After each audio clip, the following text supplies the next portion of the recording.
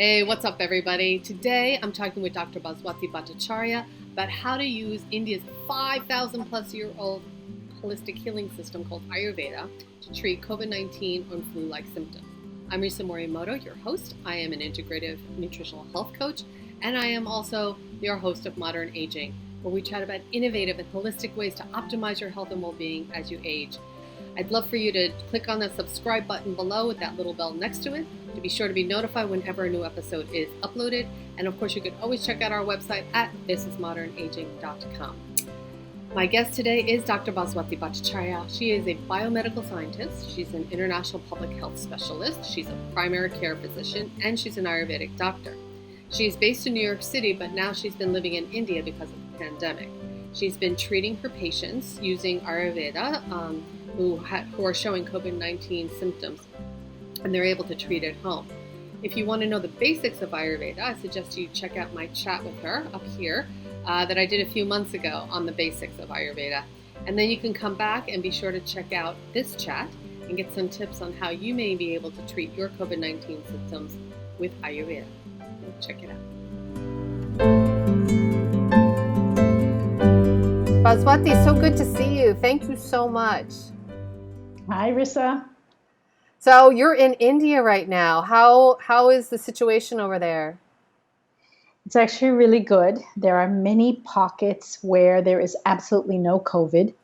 Most of the reports, of course, that are getting to the West are of the two cities, the big cities where there is COVID, because people are less careful and because certain subpopulations don't believe that COVID exists. But for the rest of the country, people are using the Ayurvedic protocols, they are using the ancient wisdom and different systems of medicine, and there is absolutely no COVID where I am. It's really wonderful. That's almost unfathomable. I mean, you live in New York City like I do, and we were a hotspot for some time, and now in the U.S., it's kind of still on the rise, which is really upsetting. But I wanted to bring you back because we had a little email exchange about the fact that, people are using Ayurveda to treat COVID-19. You were kind enough in our last discussion. For those of you who haven't heard our last discussion, you can definitely check out that video about the basics of Ayurveda, basic principles. And then we also did one on thyroid and blood pressure issues. And after that talk, I actually applied what you taught me, what you suggested, and I did a liver cleanse, and I started taking Muktavati, and my blood pressure, which with meds was at like 130, 150. Over 90 something, 95, yeah. Right? It was getting at the highest. And then, so then when I would take the meds, it would get to like 130 over 85. Yes. And then with the Muktavati, with the cleanse and the Muktavati, I'm at like 105 over 70, which is fantastic. It's so good. No, I'm so grateful to you. And that's when I really, you see it applied and you see it really working. And so so when you were telling me how, people in India are using Ayurveda to treat their flu-like symptoms and COVID symptoms, I thought it'd be great for you to share with the world, essentially, some of the principles and some of the kind of, maybe we can go a little bit basic for those who maybe they don't know anything about Ayurveda. Like what is the basic philosophy behind it?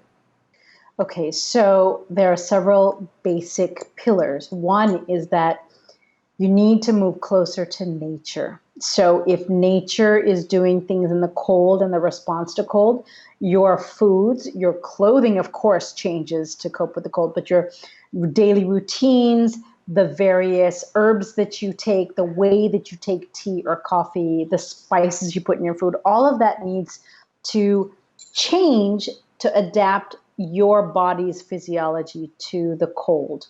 And of course, now we're in the heat, so to adapt to the heat. So of course, you're not wearing the winter sweater that you were wearing in January when you're in June or July. People know that because they feel it. It's something very tangible for them.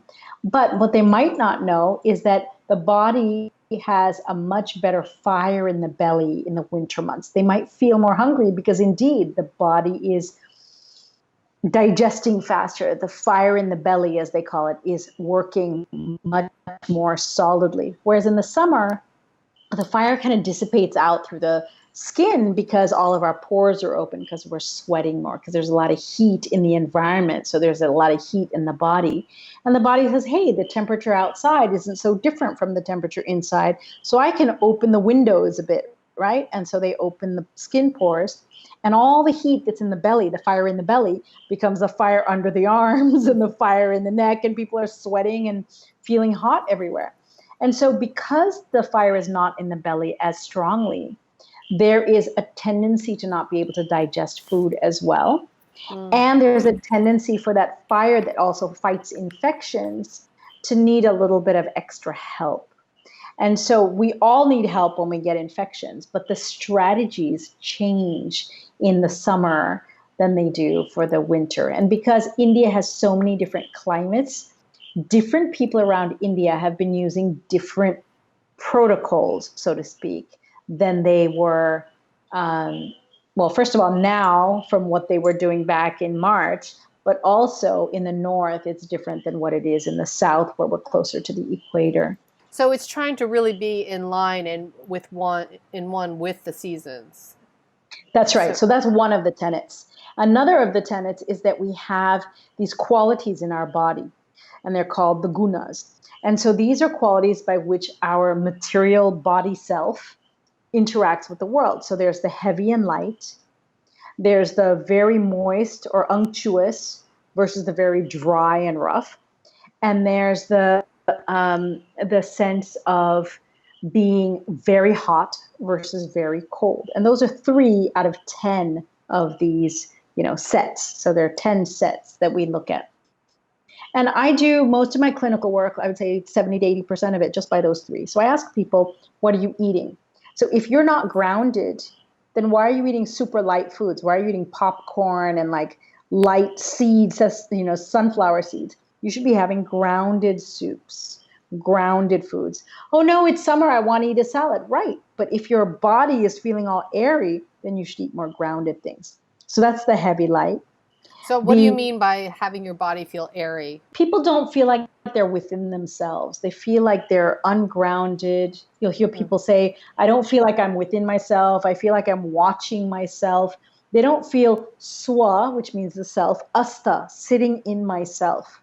So when you're sitting inside yourself, you'll feel very present, very centered. Whereas the mind, when it's very chaotic, they call it monkey mind, the person is not grounded. And people will report that, especially now, because the entire country, all my patients that are in America, I'm doing these consultations and they're telling me they feel fear, they feel anxiety, they feel dread. They don't know when it's going to be over. It's been a long, dark tunnel and they don't see any sign of light. Many people have lost family and loved ones. There's a lot of bereavement and grief.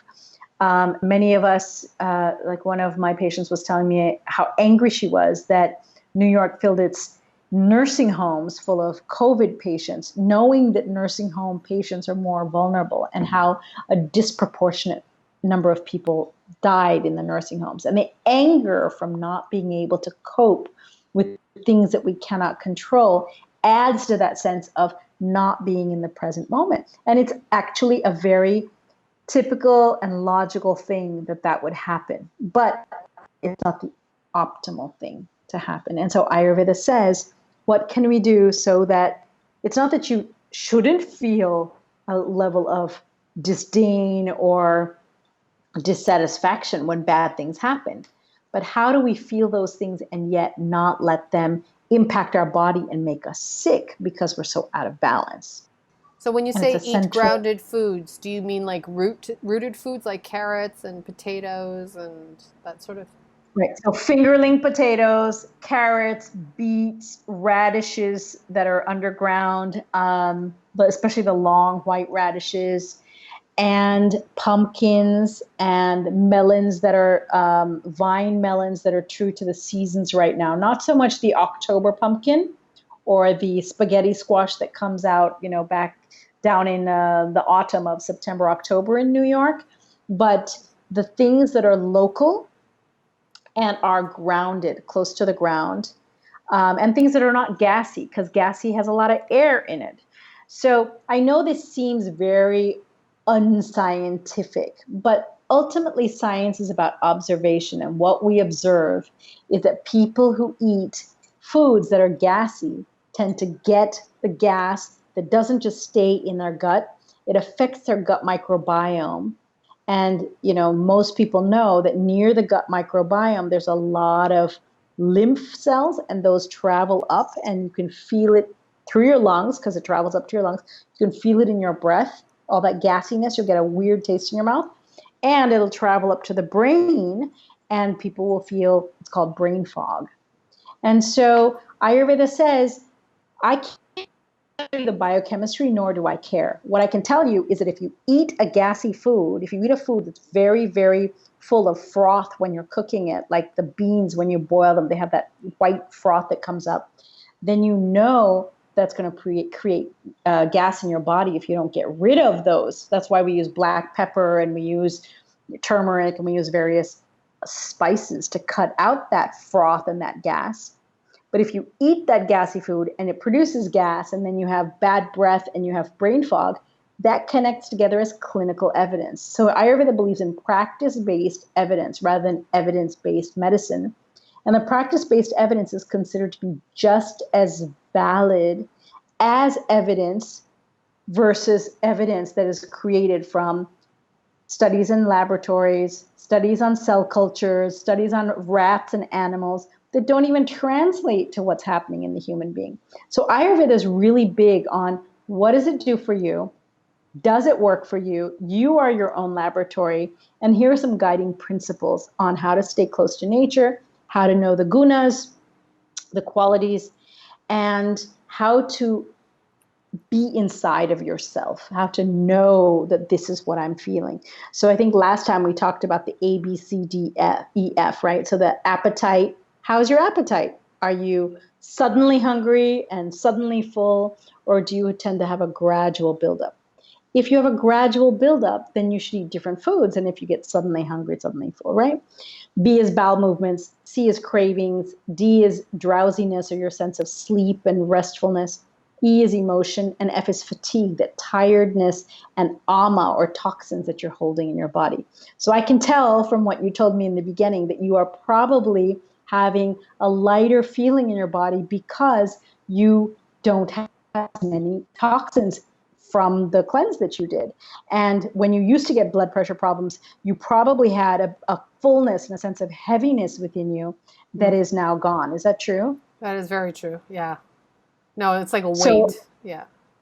So a lot of people can't identify it because they haven't been taught how to look at it. Ayurveda teaches us that we must look at how we sit, which is called stha, inside of ourselves. Self is swa. So swastha is sitting inside yourself, and it's actually the term for health. So people will say, how's your swastha? It means how's your health, but it actually means how well are you sitting inside of yourself that you can perceive what's going on. That is awesome. Wow, that's amazing. It's such a great way to think about your own health and how you're feeling and the physicality of it and that sort of thing. So now that everyone, people cough and they get freaked out now, right? Or they sneeze and it's like, oh my God. I feel like maybe I have a fever or whatever. And, people jump to conclusions. In Ayurveda, I'm assuming you don't necessarily treat COVID-19. You're treating the symptoms that are similar to it. I mean, there's no formal treatment to COVID-19, but. There is. Oh, there is. In Ayurveda. So I'm going to give you the 4 pillars. The one pillar is from the chapter on epidemics, because Ayurveda is so old that it actually survived the plague, which wiped out Europe many, many times for 1,000 years. 1,000 years. It was called the Dark Ages. It started from the fall of Rome around 450 in the Common Era and went till about 1450 of the Common Era. For 1,000 years, the most educated people, who were the ones that traveled, would get the plague and die. And so it was the uneducated and unknowing people that would stay living, that 50% that lived and then 50% died. And so every few decades, they were having a complete loss of information and wisdom. And they called it the Dark Ages. Meanwhile, across the pond, called not the Atlantic Ocean, but the other pond, which was the center of the world, which was the Indian Ocean, we had Indians who never had the plague. There's never been, like a Chinese, like the smallpox that wiped through China and Japan, or the various plagues that wiped through parts of Africa and a lot of Europe. There's never been that kind of thing in India. And the question is why? And one of the reasons is because this chapter on epidemics talks about these pillars. So one of the pillars is if there's something that imbalances the environment, like COVID, like a virus that just wipes out the people, then the term is a Sanskrit word called janapadodwamsa. It means the knocking out of a large population. So it's a virus that is apparently able to kill a whole bunch of people. So even though they say COVID-19 is not that bad, one of the reasons it's bad is because it's asymptomatic and people spread it around before they realize that they're sick and then they isolate. Whereas in the flu, you feel sick and you go home and you say, oh, I'm not feeling well. And you're home in like the first 12 hours that you got the flu, usually. That's not happening in COVID. People are out for days or weeks. So Ayurveda had this rule that said you look at the air, the land, the water. You look at the things around you and you clean.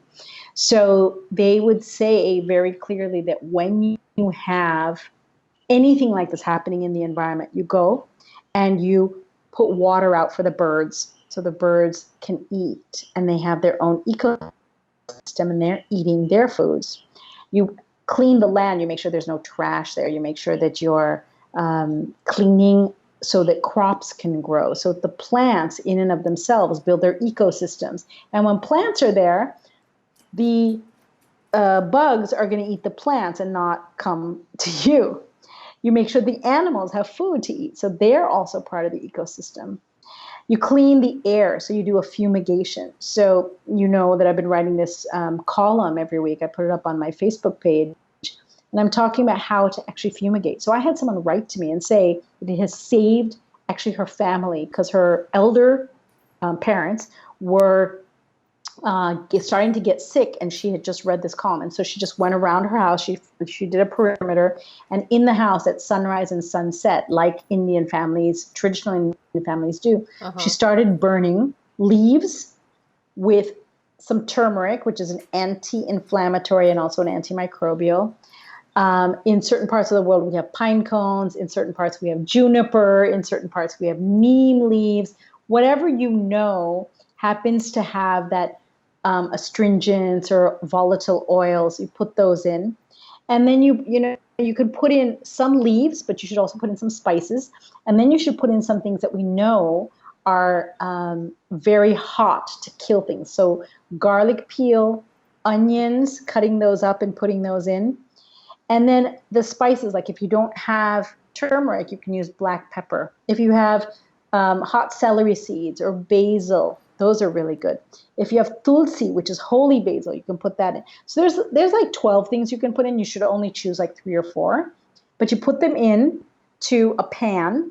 And if you can get like a coconut shell or a planter that's made of earth, you put it inside there so that it doesn't stain the stainless steel pan. You hold the pan, you put, I just tell people to use a little earthen planter because it won't, burn out. And they put all the seeds and leaves in there, light it up, and at the end you put a little bit of oil in there. And you should use not a refined oil. So you should either use raw coconut oil or a little bit of mustard oil or a little bit of sesame oil. Don't use like baby oil because that's all petroleum based. So you put a natural plant oil, just like 3 or 4 drops. So there's that oiliness to it. So you won't get a dry smoke that has particulate matter, but you'll get a nice moist smoke that will then go and clean the air. And then you just walk around to every corner of every room, bathroom, kitchen, bedrooms, living room, and you just fumigate. And you make sure the windows are closed when you're doing it, and then you let it sit for about 10 minutes, and you open up the windows. Every traditional Indian family does this morning and sunrise, sunset. And so this patient wrote to me from Europe that she had done this, and her parents just got better. They just their respiratory systems got better, and they felt better. And she said, I really feel like it saved my parents, and so I've continued doing it, because there's also a ritualistic feeling that I'm doing something that's good for me, and it's not doing harm. It will do harm if you use plastic to burn or something. But if you use real plants and real spices, you're not going to have problems. Millions of people are doing this in India. So the Prime Minister here had people start with doing this on one evening as a ritual. He had people light candles and burn sage. Sage is another thing. Cedar is another thing in the West that we find. He had people burn what they had that was plant-based, and people felt good about it, and they continued. So Ayurveda's ancient prescription says you should clean the air, the land, the water, the soil, right? And you should make sure your homes are clean. And if you do that, you're not going to allow the virus to have an ecosystem, at least in your area. You've kind of created a circle of safety. Is it foolproof? No, because people move in and out of that system. Air moves in and out of that system. But if you do it twice a day, it's really good. A second principle, they say, is where does the air come in? We know that it's not, that it's airborne, right? And that it's droplet borne. So it's coming in through your nose or mouth. So it's not about your hands or your feet touching it. It's about your face, because that's, how it gets in. So what if you coated it so that it can't get in, right? So what you coat it with is oil. So every person after this COVID crisis started taking a little bit of oil. If you can find Anu, ANU oil, that's a really good oil. You can buy it online in America. It's very popular among the Ayurvedic crowd. But if you can't find it, then you can just take some mustard oil, put it in a little bowl or a little jam jar, dip your finger in and stick your finger right up your nose and just coat the inside of your nose, and then snort it up so it goes up high, as high as you can, or lean your head back. And then not the same finger. No? Well, some people say, I love mustard, but some people don't. You can use sesame oil. You can use coconut oil. You can use any natural plant oil.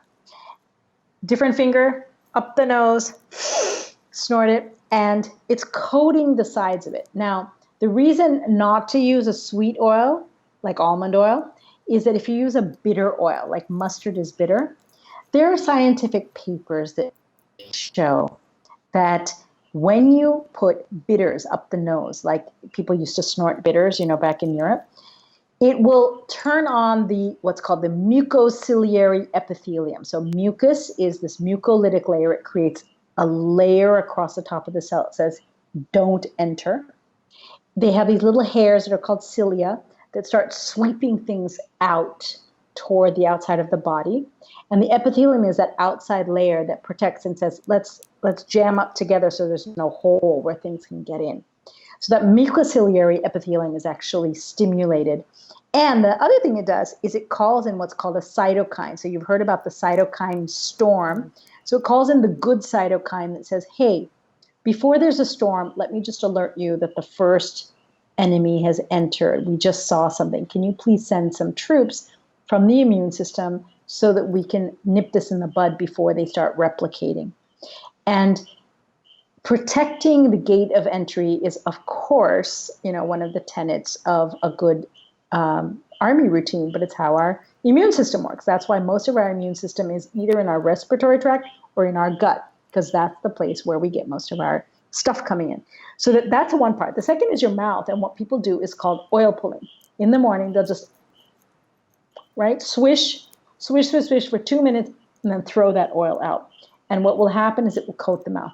If you feel grossed out by doing that, take your finger, put it in some oil, and then just line your cheeks inside, your buccal cavity as it's called, inside, and put a little bit of oil around your gums, and it will basically protect you. Will it protect you forever? No, because you're going to be eating and you're going to be using your oral cavity, but the oil will protect you. So that's a second tenet that people have been using. So you should do this every day. Absolutely, yes. Once in the morning, before or after you shower. After you shower, last longer, and then once before bed if you can. If you're like, especially if you're prone toward being sick or if you're older and you tend to be more vulnerable. The third thing is to make sure you're well hydrated, because well hydrated cells are stronger. And so I don't mean hydration as in Pepsi or, Snapple or something. I mean hot water, warm water, and drinking, not plenty, not over drinking, but having not cold drinks. And that is so tough in the summer because everyone wants to have cold. So Ayurveda says have a room temperature stuff. But if you feel yourself having a little bit of respiratory stuff coming on, then you have that phlegm in the back of your throat, then don't have cold stuff because the phlegm will just congeal and then it'll melt again once you stop drinking the cold. So is that the philosophy of why you shouldn't be drinking cold drinks? That's right. Because you don't want that phlegm to congeal. Oh, I see.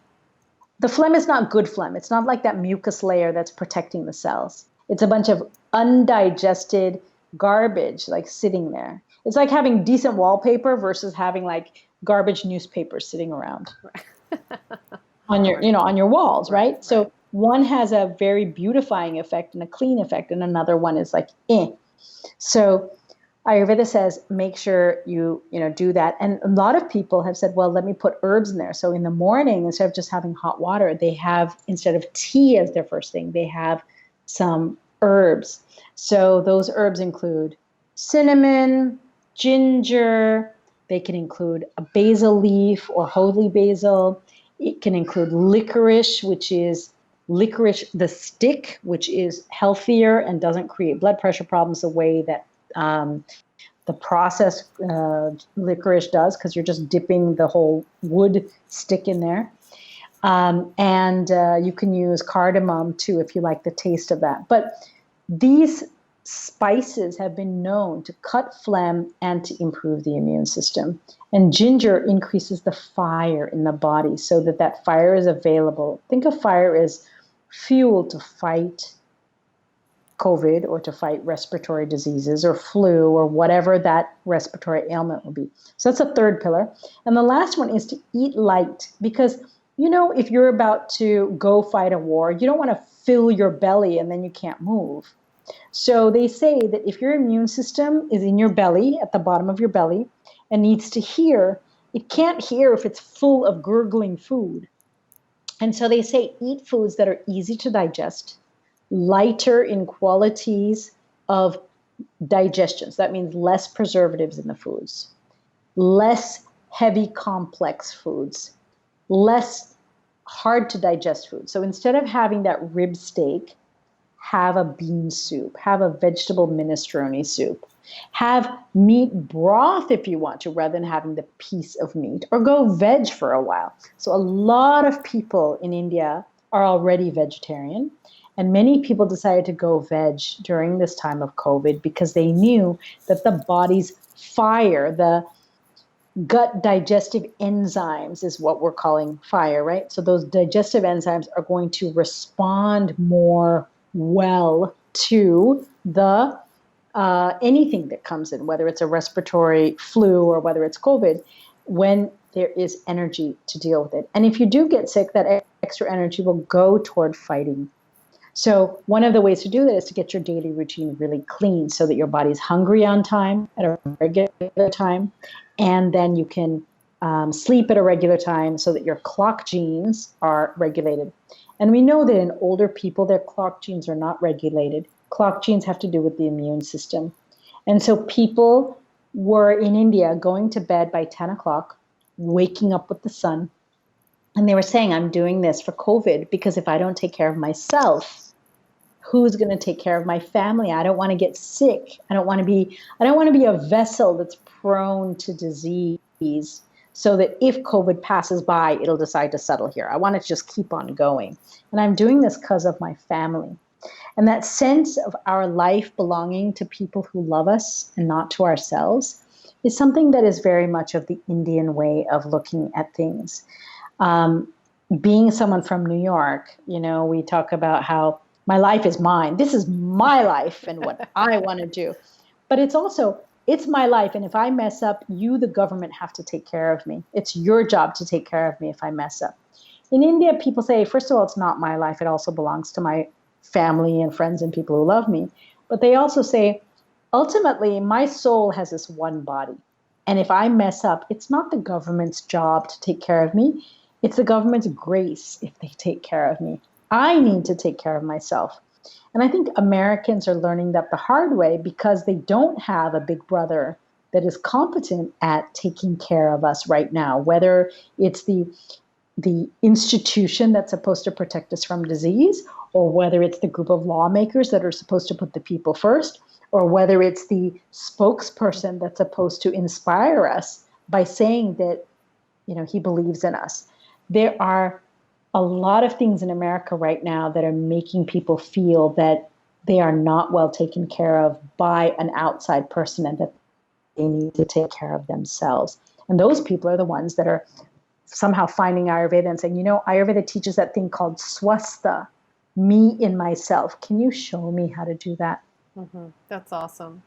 So these suggestions that you've made are for people who want to prevent COVID. So what happens if they've already started showing symptoms, like, the fever or the heaviness in the chest? Or are there certain things that people can do at that point, or? Yeah, there are. So there are a few herbs that we already know are really good for respiratory diseases.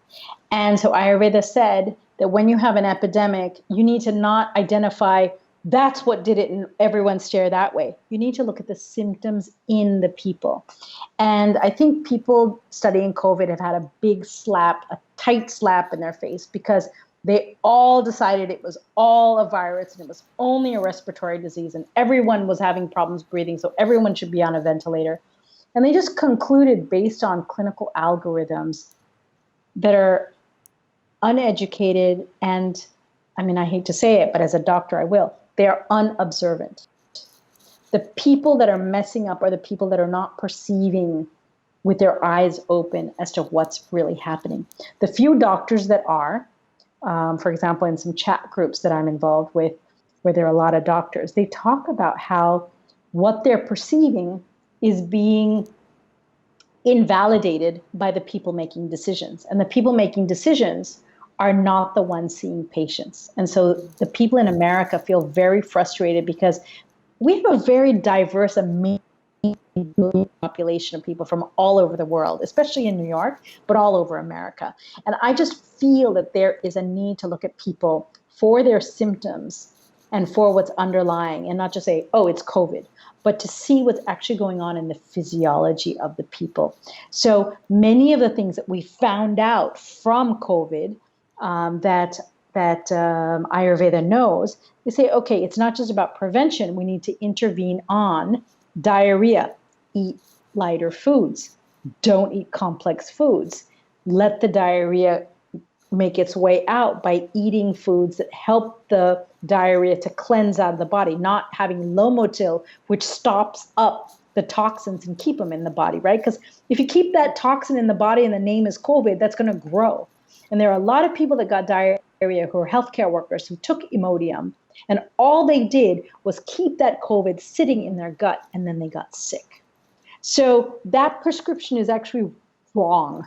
We really need to clean that out of the body. If it's not a gut issue and you happen to have a skin issue, you've got toxins on your skin, you need to clean your liver.